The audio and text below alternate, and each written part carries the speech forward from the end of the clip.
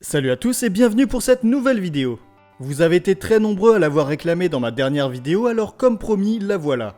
Aujourd'hui on va parler des parallèles dans My Hero Academia. Si vous avez été attentif, vous avez certainement remarqué des phrases ou des scènes qui ressemblent à des moments déjà passés dans le manga. C'est parce que l'auteur fait souvent écho aux premiers arcs.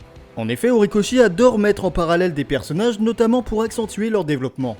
Le cas le plus fréquent est celui de Deku et Shigaraki qui sont très souvent mis en opposition.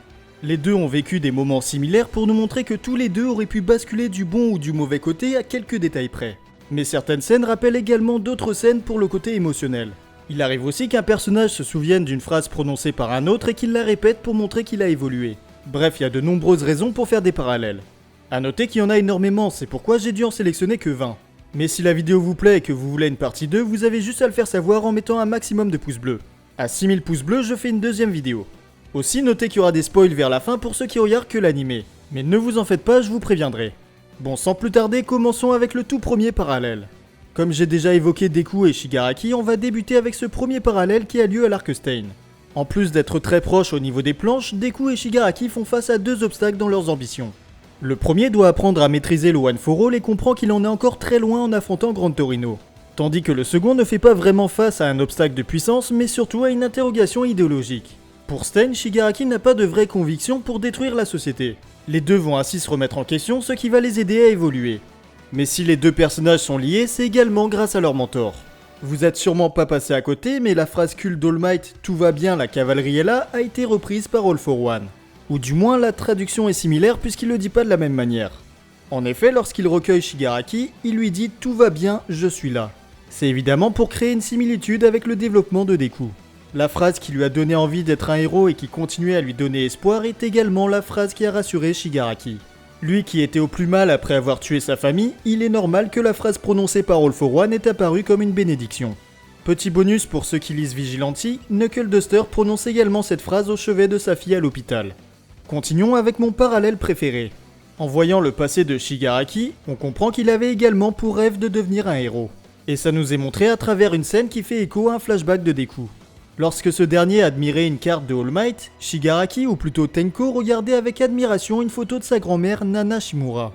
Cela prouve qu'il aurait pu rester du bon côté s'il n'avait pas vécu tous ces moments dramatiques. Si All Might l'avait pris sous son aile avant qu'All for One ne le manipule, nous aurions pu avoir un Tenko Shimura qui veut devenir le plus grand des héros.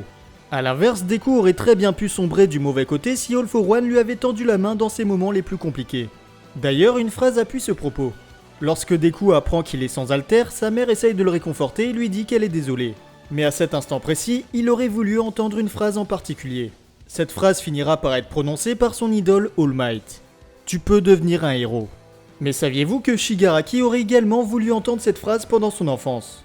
Lors de son affrontement avec Rodestro, il commence à retrouver ses souvenirs. Et c'est là qu'il s'est souvenu qu'on lui a empêché de vivre son rêve de devenir un héros. À cause de son père qui détestait les héros parce que Nana l'a abandonné, son rêve a été rejeté. Et malgré la gentillesse de ses grands-parents, à cet instant précis, il aurait voulu entendre autre chose. Mais au final, l'histoire est celle que nous connaissons, et les deux personnages principaux sont destinés à suivre les traces de leur mentor. C'est pourquoi Horikoshi a fait un nouveau parallèle avec cette phrase prononcée par All Might mais aussi par All for One. Tu es le prochain. J'ai rien d'autre à ajouter, cette phrase parle d'elle-même. On a les deux personnages qui s'opposent mais qui évoluent de la même manière. L'un est destiné à devenir le plus grand des héros, tandis que l'autre doit devenir le plus grand des vilains. On va revenir sur d'autres parallèles entre Deku et Shigaraki dans la partie spoil et aller voir d'autres personnages. Et Shinso est le personnage parfait pour faire la transition. Lui qui hait les personnes qui ont un alter trop puissant, il aurait également pu basculer du mauvais côté. Seulement, il a toujours été bien entouré et nous a fait part de son rêve lors de son premier combat contre Deku. Mais ce qui nous intéresse cette fois, c'est plutôt la mise en scène de leur affrontement lors du festival sportif. Le combat fut court et Deku a pris une droite avant de basculer Shinso en dehors du ring. Et bien lors de l'entraînement contre la classe B, on retrouve les mêmes plans avec le nez qui saigne et Shinso allongé au sol après sa défaite. La différence est que cette fois-ci, il n'est pas énervé comme lors de sa première défaite et reconnaît la supériorité de la filière héroïque. Et un deuxième combat de l'entraînement contre la classe B fait écho au festival sportif. Je parle de celui de Shoto. Les similitudes sont encore plus marquantes en prenant les plans de l'anime qui n'ont pas caché l'inspiration. Et dans le déroulé du combat, c'est pareil. Shoto se fait dominer au corps à corps. Évidemment, le parallèle est assumé avec la phrase de Deku qui résonne dans sa tête. Ton pouvoir, c'est le tien. Mais aussi la phrase de sa mère qui lui disait qu'il pouvait devenir qui il veut. Enfin, on a Shoto qui utilise une nouvelle fois ses flammes en essayant de sourire comme All Might pour faire écho à son combat contre Deku. Et cerise sur le gâteau, on a exactement la même musique. Pour rester sur Shoto, on a un parallèle avec son père Endeavor. En effet, ce dernier a reçu une vilaine cicatrice après son combat contre le Nomu.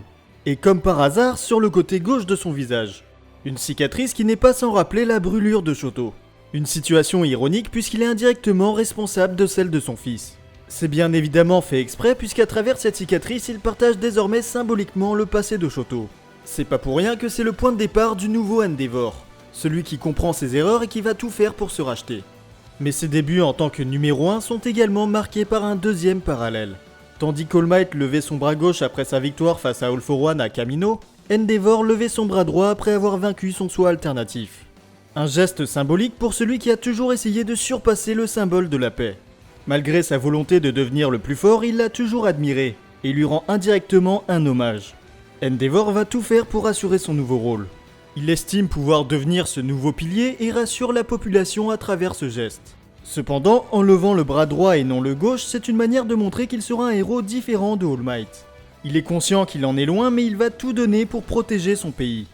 Allons voir maintenant du côté des deux premiers films My Hero Academia. Dans True Heroes, on fait la connaissance de Melissa Shield, une jeune fille sans alter. Et dans le chapitre spécial qui raconte son passé, on peut voir le moment où elle apprend qu'elle n'a pas d'alter.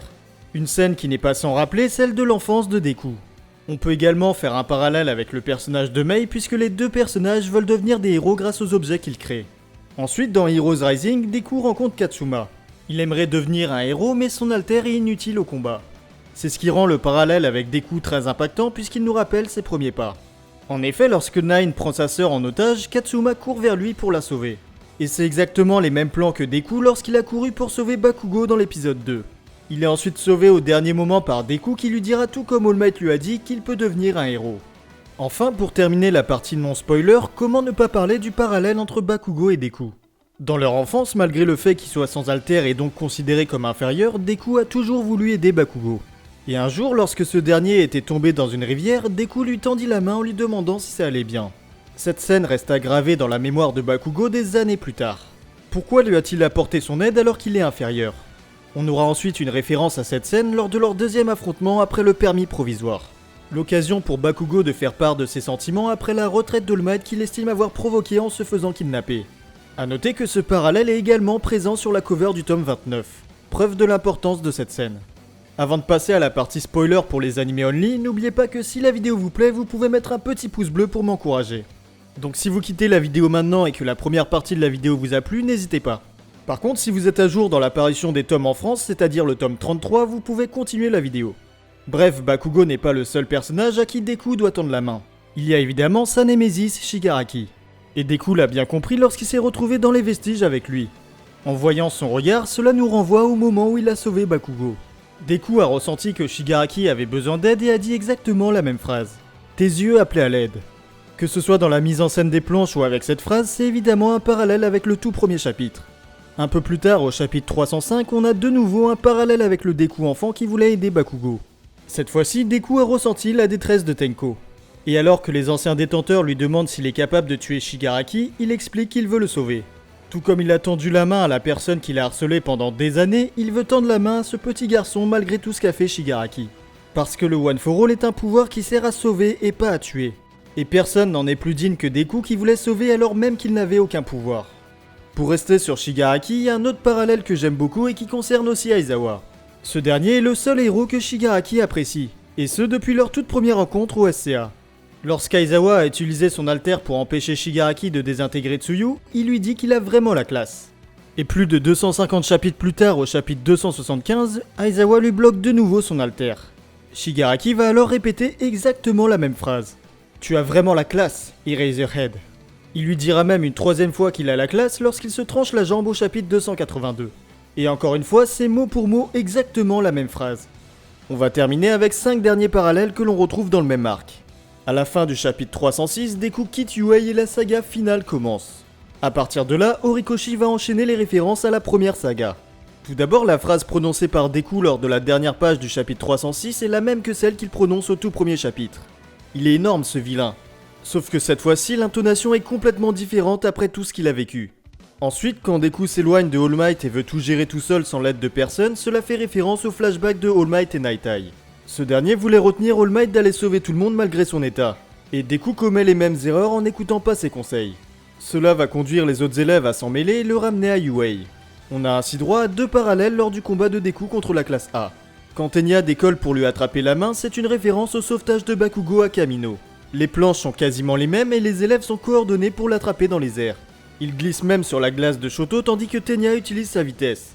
Et lorsqu'il attrape la main de Deku, il lui dit que s'occuper des affaires des autres est l'essence même d'un héros. Une phrase qui n'est pas anodine puisque Deku l'avait lui-même prononcée à l'Arkestein. C'était au moment où Tenya ne voulait pas être aidé alors qu'il avait complètement besoin d'aide. Une phrase qui a d'ailleurs plu à Stein qu'il a ensuite considéré comme digne d'être un héros. La situation s'est inversée à ce moment-là pour évidemment créer un nouveau parallèle. Enfin, on va conclure par le retour de Deku à UA. Après le discours d'Ochako, il s'agenouille au sol de la même manière que lorsqu'All Might lui a dit qu'il peut devenir un héros. Les plans où on le voit pleurer sont également similaires pour faire écho à ce moment. Mais ce n'est pas tout puisqu'ensuite Kota court vers lui pour le réconforter.